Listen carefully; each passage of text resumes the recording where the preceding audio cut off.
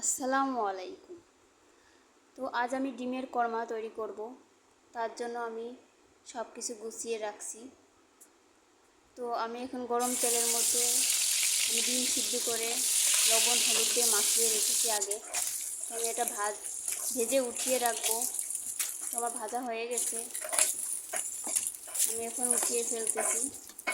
তারপর এলাচ, তেজপাতা, লবঙ্গ, দারচিনি সবগুলো আমি দিয়ে দেবো। দিয়ে পেঁয়াজ কুচি সাথে অ্যাড করব।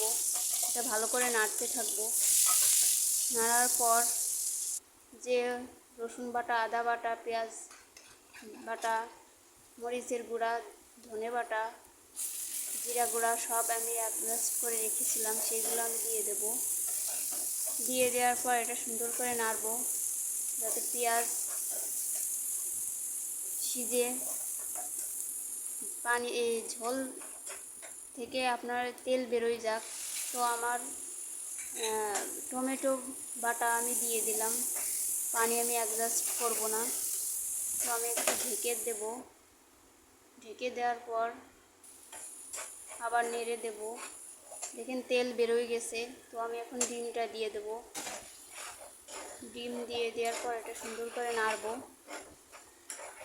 নাড়ার পর আমি যে দুধ রেখেছিলাম সে দুধটা দিয়ে দিব।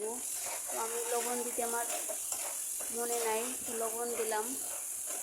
তো ভালো করে নেড়ে সেই দুধ এখন দিয়ে আমার ঝোল বেশি রাখবো না। তো আমি একটু ঢেকে দেওয়ার চেষ্টা করব।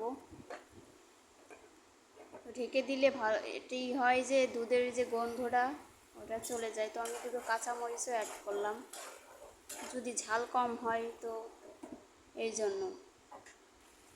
তো আমার এখন দেখেন হয়ে গেছে। তো আমি হালকা একটু চিনি অ্যাড করছি যাতে ঝালও লাগে, একটু মিষ্টিও হালকা লাগে। তো সাধারণত ডিমের ঝোল আমার কাছে এরকমই খেতে ভালো লাগে। আমি ডিম ঝোল করলে এরকমই রান্না করে খাই।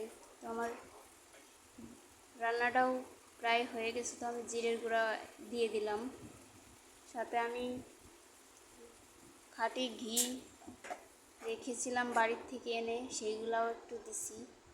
এখন আমি নামিয়ে নেব। দেখেন কি সুন্দর একটা কালার এসেছে, কালারটা দেখতে অনেক সুন্দর। তো দেখেন আমার রান্না হয়ে গেছে। তো কার কার ভালো লাগছে ঘরোয়া পদ্ধতিতে রান্না? তো যদি ভালো লেগে থাকে তো জানাবেন। তো ভালো থাকবেন। আল্লাহ হাফেজ।